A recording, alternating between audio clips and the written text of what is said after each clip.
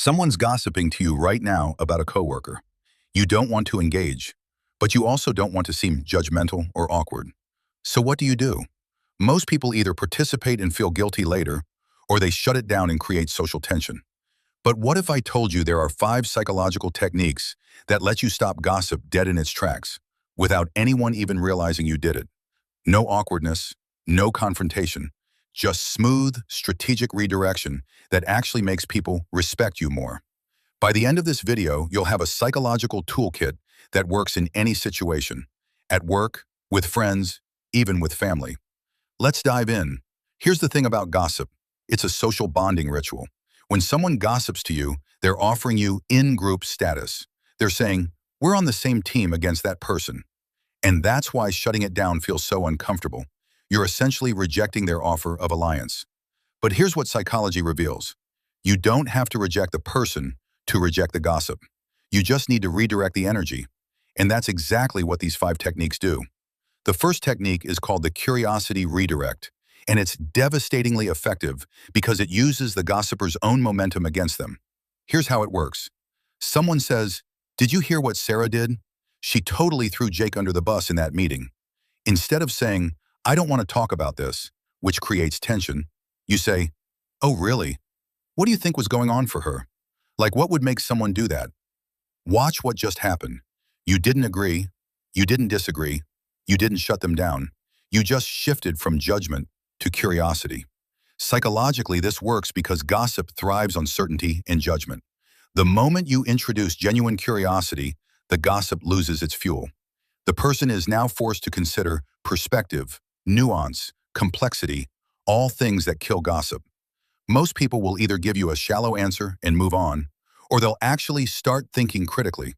Either way, the gossip stops. Technique 2 is called the empathy mirror, and it's perfect for when someone is venting about another person. Someone says, "I can't believe Marcus got that promotion. He doesn't even work that hard." You respond, "That must be really frustrating for you. It sounds like you were hoping for that opportunity." Notice what you did. You didn't engage with the gossip about Marcus. You reflected back their emotion. You validated their feeling without validating their judgment. This technique works because most gossip is actually displaced emotion. People aren't really talking about the other person. They're processing their own feelings of jealousy, insecurity, or hurt. When you mirror their emotion directly, you're giving them what they actually need: to be heard. And once they feel heard, the need to gossip disappears. Now, technique 3 is sneaky. It's called the strategic compliment, and it completely flips the script. Someone gossips, "Did you see what Lisa wore to the client meeting? So unprofessional." You say, "You know what I noticed? She always seems so confident in her choices. I kind of admire that she doesn't second-guess herself." What just happened? You took their negative energy and transmuted it into something positive. And here's the beautiful part. They can't argue with you without looking worse. Social psychology shows that people subconsciously mirror the emotional tone you set. When you introduce positive framing, they either have to match it or reveal themselves as the negative person in the conversation. Either way, you win, and the gossip stops. Technique 4 is about setting boundaries without being preachy. It's called the information boundary. Someone's gossiping about a mutual friend's personal life, divorce, financial trouble, family drama. You simply say, "You know, I actually don't know the details of that situation, so I probably shouldn't comment." This is brilliant because you're not saying you shouldn't gossip or that's wrong.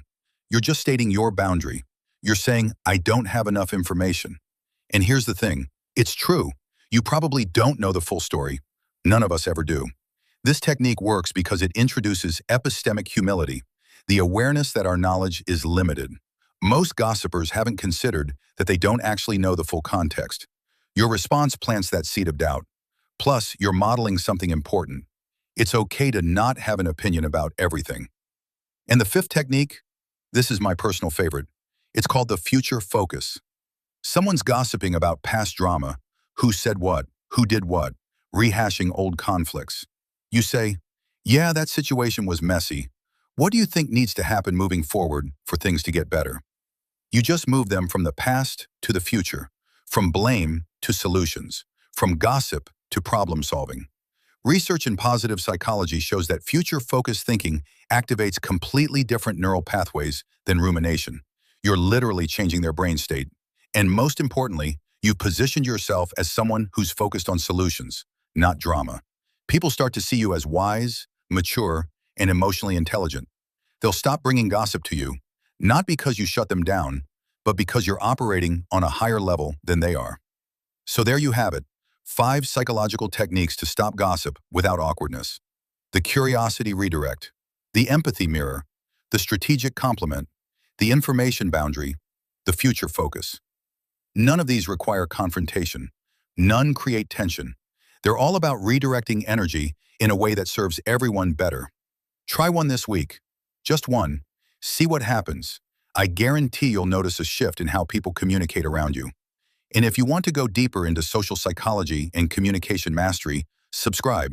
Because next week we're breaking down the dark psychology of why people gossip in the first place and how to protect yourself from becoming the target. Remember, you can't control what people say, but you can absolutely control what conversations you participate in.